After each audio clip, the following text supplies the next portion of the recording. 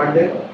आज हम आए हैं पास्कल कंप्यूटर इंस्टीट्यूट, जो कि रणजीत यादव जी हैं, जिनकी देख रेख में चलाया जाता है। आज हम जानते हैं उनका पहले परिचय देंगे। सर, मैं Ranjit Yadav, pascal computer academy विगत 15 वर्षों से मेरी देख रेख में चल रहा है और मैं डिजिटल लिटरेसी का कार्य कर ही रहा हूँ। साथ साथ में हम सोशल वर्क पर भी फोकस है मेरा, और खास करके हम समाजवादी पार्टी में एक शिक्षक सभा विंग है, उसका सदस्य है और काफ़ी वर्षों से मैं लगभग सक्रिय राजनीति में हूँ और सोशल वर्क तो चल ही रहा है। साथ में जो है डिजिटल लिटरेसी का जो वक्त है वो आज की जो व्यवस्था है, उस व्यवस्था में इसका बहुत बड़ा रोल है। आज का जो सिस्टम है उसमें बहुत बड़ा। अच्छा, आज की सरकार में आपका शिक्षा पे क्या है? आज की सरकार या जो पहले की सरकारें रही, हर सरकारें नहीं, मैं सत्ता वाली सरकार की बात कर रहा हूँ। वहाँ सत्ता में उसकी बात कर रहा आज अगर सरकार जो इस सत्ता में अगर उसकी बात करें तो शिक्षा का जो स्तर है वो ग्राफ गिर रहा है, काफी स्तर गिर रहा है। उसका एक कारण है कि जो डिजिटल डिस्टेंस बढ़ती जा रही है। पिछली सरकार ने तो काफी अच्छा कार्य किया कि डिजिटलाइज कर सके देश दुनिया को, लेकिन ये सरकार का जो ग्राफ है शिक्षा के क्षेत्र में, खासकर डिजिटल शिक्षा, उससे उसका ग्राफ गिरता था। हूँ। और इस सरकार का कहना तो ये है कि हमने सारी चीजें डिजिटल कर दी, हम सब डिजिटल ही लेके आ रहे हैं, प्लेटफॉर्म जैसे हैकिंग ना हो पाए, क्राइम ना हो पाए। देखिए, हैकिंग की जहाँ तक बात है तो इस पर काम तो कर रही है गवर्नमेंट, लेकिन जिस लेवल पर काम करना चाहिए वो हो नहीं पा रहा है। इनके पास इंफ्रास्ट्रक्चर ही नहीं है। तो ये क्या मतलब डिजिटल लिटरेसी की बात कर रहे हैं, उसके लिए इंफ्रास्ट्रक्चर की आवश्यकता है। और हमारे माननीय राष्ट्रीय अध्यक्ष जी जो है, जब 12 से 17 में सरकार थी तो उत्तर प्रदेश में HCL नामक एक सॉफ्टवेयर कंपनी यहाँ पर लाए। यूपी देश को पहले से ही ऑलरेडी काम कर रही है, लेकिन उसमें जो काम करने वाले युवा हैं वो अगर अनट्रेंड होंगे तो ये साइबर सिक्योरिटी या साइबर क्राइम पर क्या काम करेंगे। तो कुल मिलाकर के अगर युवा को अच्छी ट्रेनिंग नहीं मिलेगी, अब जैसे पुलिसिंग सिस्टम है, विश्वविद्यालय जाकर गुजरात में बना, अब गुजरात में यहाँ यूपी का युवा जाकर वहाँ ट्रेनिंग दे, फोरेंसिक साइंस लैब नहीं, जॉब के लिए तो आदमी को बाहर जाना ही पड़ेगा ना, ये तो कहीं भी है, जाना तो पड़ेगा ही। अगर आपको नौकरी करनी तो बाहर नहीं जाना ही। तो सरकारी जो वादे होते हैं उसमें तो यही होते हैं कि आपको आपके जिले में, आपके प्रदेश में ही नौकरियां दी जाएंगी। तो उस समय वो लेने के दौरान तो आप कहते हैं कि इंफ्रास्ट्रक्चर हम आपके प्रदेश में डेवलप करेंगे, लेकिन जैसे ही सत्ता पाते हैं तो फिर इंफ्रास्ट्रक्चर और जो वादे हैं कहाँ चले जाते हैं। देखिए, ये तो राजनीतिक मुद्दे, ये कोई सरकार कर नहीं सकती, ये पूर्ण रूप से कोई सरकार कर नहीं सकती। तो सरकार अगर पूरी तरीके से नहीं कर सकती तो वादे क्यों इस तरह से झूठे किए जाते हैं, और खास करके यूपी तो पूरे दिल्ली को तय करता है। अगर यूपी को आप इग्नोर करेंगे तो एक दिन तो ऐसा आएगा यूपी भी आपको इग्नोर करेगा। आपकी सपा सरकार इतने साल सत्ता में रही तो क्या बाहर लोग कमाने नहीं गए?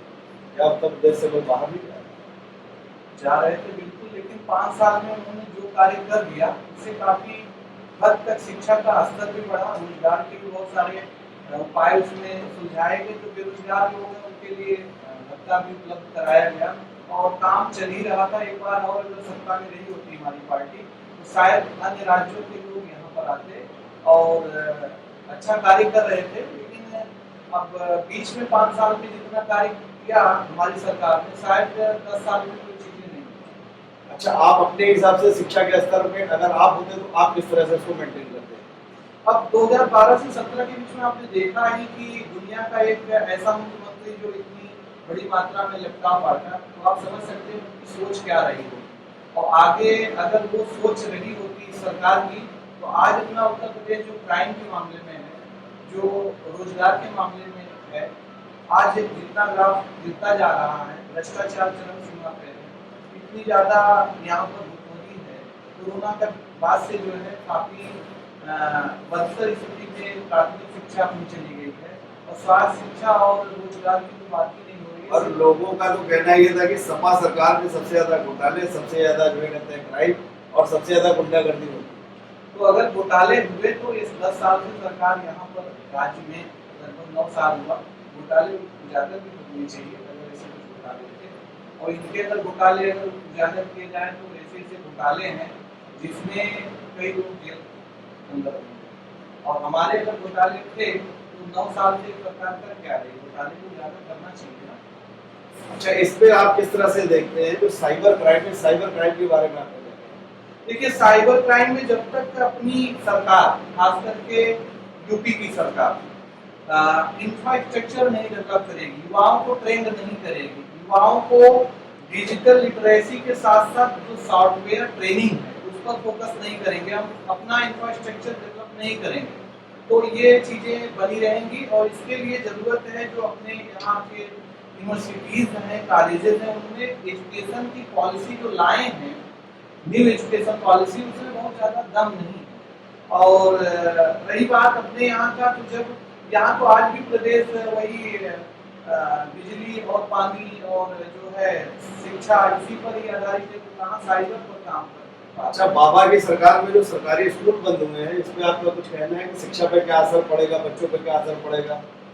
देखिए, जो गरीब तबके बच्चे हैं, यानी जो बच्चे 3 साल से 7 साल 8 साल तक के बच्चे हैं, जो जिनके माता पिता मजदूरी करते हैं, उन बच्चों को अगर 8 साल तक के बच्चे हैं, 3 साल से 8 साल तक बच्चे हैं, 9 साल बच्चे हैं, तो बहुत ज़्यादा दूर नहीं जा सकते हैं।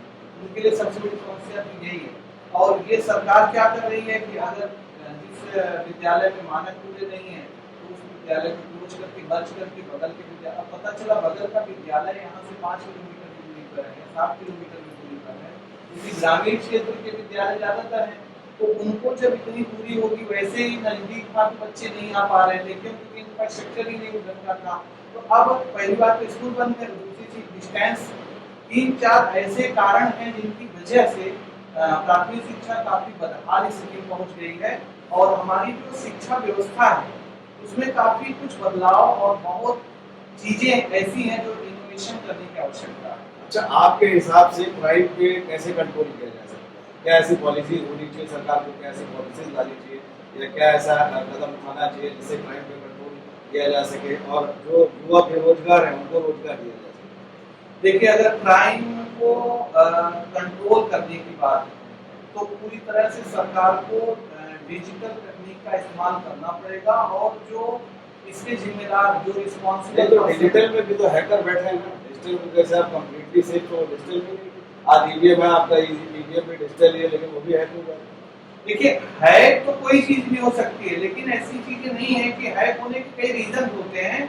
आप बहुत सारे इनपुट्स अपने ऐसे छोड़ रखे हैं जिस पे आप खुद ही नहीं केयर कर पा रहे हैं।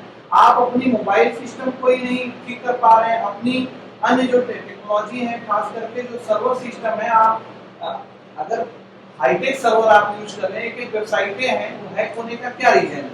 आप अगर सस्ते सर्वर खरीदेंगे कंपनियों से, जाहिर सी बात है हैक होगी, काफी राइट चीजें होंगी तो हैक तो होना तय है। और दूसरी चीज, जब बेरोजगारी चरम सीमा पे होगी तो जो एक्सपर्ट होगा वो क्या करेगा? उसका पॉजिटिव की तरफ न जाकर नेगेटिव की तरफ चीजें तो जाएंगी। अब जो बीटेक एमटेक करके बैठा हुआ लड़का, अगर उसको सही जगह नहीं मिलेगी, उसको सही वेतन नहीं मिलेगा, तो करेगा क्या? अच्छा, आपको क्या लगता है कि सपा की जब सरकार थी तो कितने लोगों को रोजगार मिला? सपा से लोग संतुष्ट हैं? सपा से देखिए, हम सदस्य हूँ, मैं नहीं कहूँगा कि सपा से लोग बहुत ज्यादा संतुष्ट थे, लेकिन इसके कंपैरिजन में काफी हद तक संतुष्टि थी, क्योंकि युवाओं को जिस प्रकार से आगे बढ़ने का मौका मिल रहा था उस सरकार में, यहाँ तो पूरी मानसिकता ही दबा दी गई। युवा एकदम नर्वस है, एकदम फ्रस्ट्रेट है कि वो करे तो क्या करे, वो पढ़ाई करके करे क्या, यही लोगों से पूछता है। माता पिता भी कहते बेटा पढ़ लिखे क्या करोगे, नौकरी मिलना नहीं है, जो नौकरी है भी तो उसका प्राइवेटाइजेशन हो जा रहा है, 10,000 12,000 की नौकरी मिलेगी, इससे बढ़िया तुम धंधा रोजगार कर लो। धंधा रोजगार भी जीएसटी चौपट कर रखा है। आप कोई भी रोजगार करने जाते हैं, आपने देखा होगा कि प्रधानमंत्री और मुख्यमंत्री की कौशल विकास योजना है, उसमें मुख्यमंत्री युवा उद्यमी के तहत भी कुछ लोन भी दिया जा रहा है। लोन तो ऐसे ही एसएलपी की तरह बांट दिया जा रहा है। जो युवा 5 लाख रुपए लोन लेगा, कोई बिजनेस डालेगा और बिजनेस नहीं चला तो भरेगा। अच्छा, एक चीज बताइए, जो प्राइवेट स्कूल और सरकारी स्कूल बंद हुए हैं, तो प्राइवेटेशन बढ़ाने से क्या सरकार को कोई लाभ है या जनता को कोई लाभ?